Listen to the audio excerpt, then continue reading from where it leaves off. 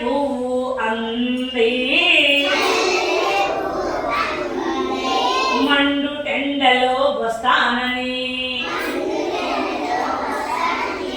చామంతి పువ్వు అంది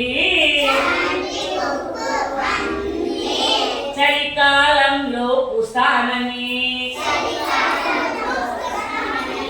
బంతి పువ్వు అంది బంగారు రంగు నాదేనని అన్ని పువ్వులు అన్నాయి కమ్మని తేనెను ఇస్తామని. థ్యాంక్ యూ పిల్లలు, థ్యాంక్ యూ సో మచ్.